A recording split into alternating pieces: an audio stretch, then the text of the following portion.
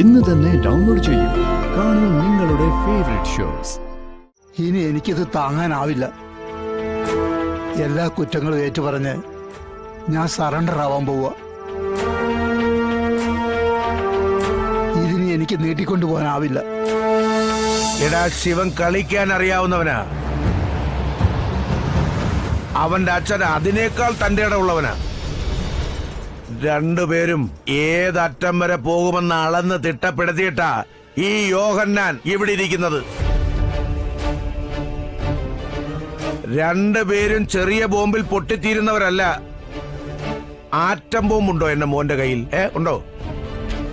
Atom bomb അതിലെ ഒടുങ്ങുമെന്ന് വാശി പിടിച്ചിരിക്കുന്നവരുടെ അടുത്തേക്ക് പൊട്ടാസ് പടക്കവും കൊണ്ട് പോകരുതടാ. ഉണ്ടാക്കണം. അതിന് സമയം വേണം. പയ്യെ തിന്നാൽ പനയും തിന്നാം എന്നൊരു ചൊല്ലില്ലേടാ. മാണിക്കോത്ത കുടുംബത്തിന്റെ ശിഖരം വെട്ടാനല്ല നമ്മൾ തയ്യാറെടുക്കേണ്ടത്, വേരോടെ മാന്താന. വേരറുത്തെടുത്തിട്ട് നമ്മൾ അതിനടിയിൽ ശുദ്ധികലശം നടത്തണം. അതിന് എന്റെ മകൻ വെയിറ്റ് ചെയ്തേ പറ്റൂ. പക്ഷെ നമ്മുടെ കുടുംബത്ത് കയറിയല്ലേപ്പാ അവനൊക്കെ ഈ വെല്ലുവിളി നടത്തിയത്. ഇതൊക്കെ പുറത്തറിഞ്ഞ ഈ മീശ വെച്ചിട്ട് ആണാണെന്ന് പറഞ്ഞ് എങ്ങനെ പുറത്തിറങ്ങി നടക്കാൻ പറ്റുന്നത്? എടാ മക്കളെ, എങ്കിൽ നീ മീശ അങ്ങ് എടുത്തേക്ക്. ഇന്നത്തെ നിന്റെ പ്രകടനം കണ്ടപ്പോ എനിക്കും തോന്നിയതാ നിന്റെ മുഖത്ത് ഈ മീശ ഒരിക്കലും യോജിക്കത്തില്ലെന്ന്. അതപ്പം പറഞ്ഞത് കറക്റ്റ്. ഇത് എന്റെ അടുത്ത് കാണിക്കേണ്ടതല്ല, ആ വന്നവരുടെ അടുത്ത്, ആ ശിവന്റെ മുന്നില് കാണിച്ചില്ലല്ലോ. കാണിച്ചിട്ട് വലിയ കാര്യമൊന്നുമില്ല. അയാളെ വേറെ ലെവലാ. നിങ്ങൾ നോക്കിക്കോ, ഏതെങ്കിലും ഒരു ദിവസം വഴിവക്കിലവൻ ചത്തുമളിച്ച് കിടന്ന പിന്നൊന്നും ചിന്തിക്കണ്ട. അതെന്റെ ഈ കൈ കൊണ്ട് തന്നെ ആയിരിക്കും. എടാ മോനെ ആന്റണി,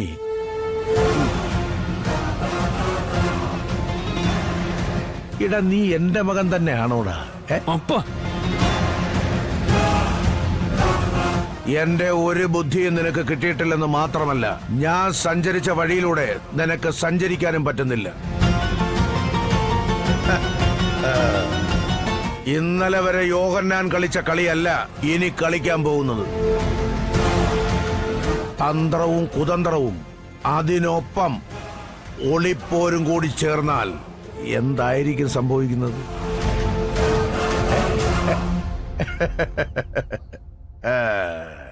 ബുദ്ധിയാണ് വേണ്ടത്. മഹേന്ദ്രൻ എന്നെ ടാർഗറ്റ് ചെയ്താൽ ഞാൻ അവന്റെ മകനെ ടാർഗറ്റ് ചെയ്യും.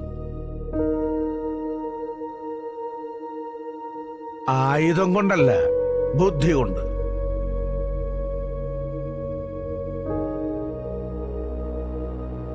അവനെ നമ്മൾ അടിച്ചിട്ടല്ല മിടുക്ക് കാണിക്കേണ്ടത്. അവൻ അടി കൊടുക്കേണ്ടവരെ അവനെ കൊണ്ട് അടിപ്പിക്കുകയാണ് ചെയ്യേണ്ടത്. അതാണ് ബുദ്ധിയുള്ളവന്റെ നീക്കം. ഇനിയുള്ള കളികൾ അതിനാണ്. എന്റെ പൊന്നുമക്കൾ കണ്ടോ, മാണിക്കോത്ത് കുടുംബം ഞാൻ തിരിച്ചു മറിച്ചു വയ്ക്കും.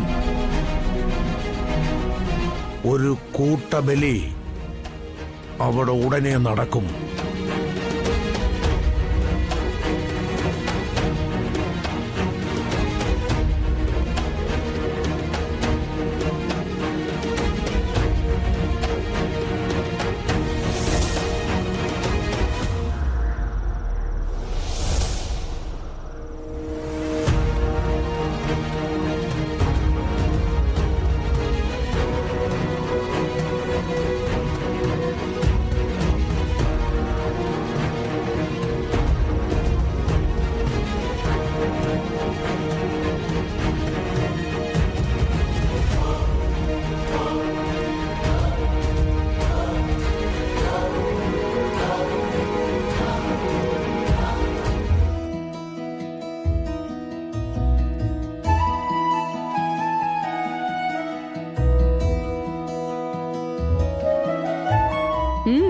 കഴിക്കുന്നില്ലേ?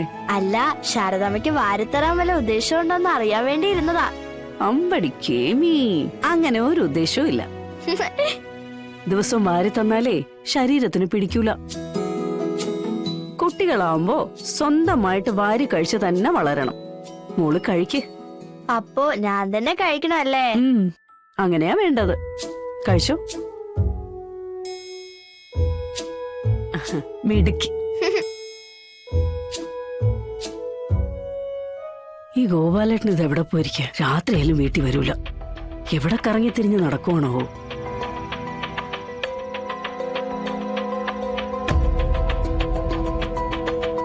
എന്താ തന്നെത്താനെ വർത്താനം പറയുന്നത്? ആ, മോളുടെ മുത്തച്ഛന്റെ കാര്യം തന്നെ പറഞ്ഞതാ. മോള് കഴിക്ക്. ഉം.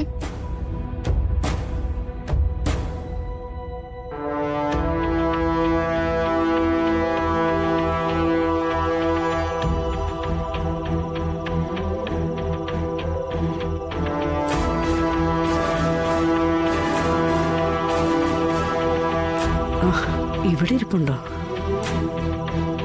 എന്തു പറ്റി? എന്താ? ആകെ വല്ലാത്തൊരവസ്ഥയിലാണല്ലോ ഇരിക്കുന്നത്. ഗോപാലേട്ട എന്താ ഇങ്ങനെ ഇരിക്കുന്നേ? വന്നിട്ടൊന്നും വിളിച്ചു പോലും ഇല്ലല്ലോ. ശാരദേ, എനിക്ക് കുറച്ച് കാര്യങ്ങൾ നിന്നോട് പറയാനുണ്ട്. എനിക്കെന്റെ സങ്കടങ്ങൾ നിന്നോടല്ലാതെ മറ്റാരോടും പറയാൻ പറ്റില്ലല്ലോ. ഗോപാലേട്ട കാര്യം എന്താന്ന് വെച്ചാ പറയേ. ഇനി എനിക്കിത് താങ്ങാനാവില്ല. എല്ലാ കുറ്റങ്ങളും ഏറ്റുപറഞ്ഞ് ഞാൻ സറണ്ടർ ആവാൻ പോവുക. ഇതിനി എനിക്ക് നീട്ടിക്കൊണ്ടു പോകാനാവില്ല. ഒരു മനുഷ്യന്റെ മനസ്സിന് താങ്ങാവുന്നതിനപ്പുറം ഭാരം ഞാനായിട്ട് കൊടുക്കുന്നുണ്ട്. ഇനി പറ്റില്ല. അതാ ഗോപാലേട്ട, ഇപ്പൊ ഗോപാലേട്ടൻ പറയുന്നതും ചെയ്യാൻ പോകുന്നതും ഗോപാലേട്ടന് ഒരു അല്പം ആശ്വാസം കിട്ടുന്ന കാര്യമായിരിക്കും. ഈ കൊണ്ടു നടക്കുന്ന ഭാരം എന്നേക്കുമായിട്ട് ഇറക്കി വെക്കുകയും ചെയ്യാം. പക്ഷെ ഗോപാലേട്ടൻ ഒന്ന് ഓർക്കണം, നമ്മുടെ 3 പെൺമക്കളുടെയും ജീവിതം വലിയ പ്രശ്നത്തിലൂടെയാ കടന്നു പോകുന്നത്. അവരുടെ ഓരോരുത്തരുടെ ജീവിതവും ഏതെല്ലാം രീതിയിൽ നേരെയാക്കണമെന്നറിയാത്ത അവസ്ഥയില്ല. ഈ സമയത്തൊരു താങ്ങും തണലും ആവേണ്ട ആള് ജയിലിൽ പോയി കിടന്ന എന്നെക്കൊണ്ട് എന്തെങ്കിലും കൂട്ടിയാ കൂടുവോ? പണ്ടത്തെ ശാരദ അല്ല ഇപ്പോഴത്തെ ശാരദ. പണ്ടത്തെ വീറും വാശിയും ഒന്നുമില്ല. തരണം ചെയ്ത് മുന്നേറാനുള്ള കഴിവുമില്ല. പക്ഷെ ശാരദേ, ഇതിനെങ്ങനെയാണ് പിന്നീട് അവസാനം ഉണ്ടാവുക? നീയും മക്കളും സ്വസ്ഥമാവണം. നിങ്ങളിലേക്ക് ഒരു അന്വേഷണം വരാതെ എന്നിലേക്ക് മാത്രമായിട്ട് ഒതുക്കുക. അതുമാത്രമേ ഞാനിപ്പോൾ ചിന്തിക്കുന്നുള്ളൂ. എന്നായാലും ഒരിക്കൽ പിടിക്കപ്പെടും. അത് ഇത്തിരി നേരത്തെ ആയാൽ അത്രയും സമാധാനം വരുമല്ലോ. അത്രേ ഞാൻ ചിന്തിച്ചുള്ളൂ. എന്റെ ഗോപാലേട്ട, നിങ്ങൾ ജയിലിൽ പോയി കിടന്നാൽ ഞങ്ങൾക്ക് എങ്ങനെ സമാധാനം ഉണ്ടാവുന്ന നിങ്ങൾ ഈ പറയുന്നേ?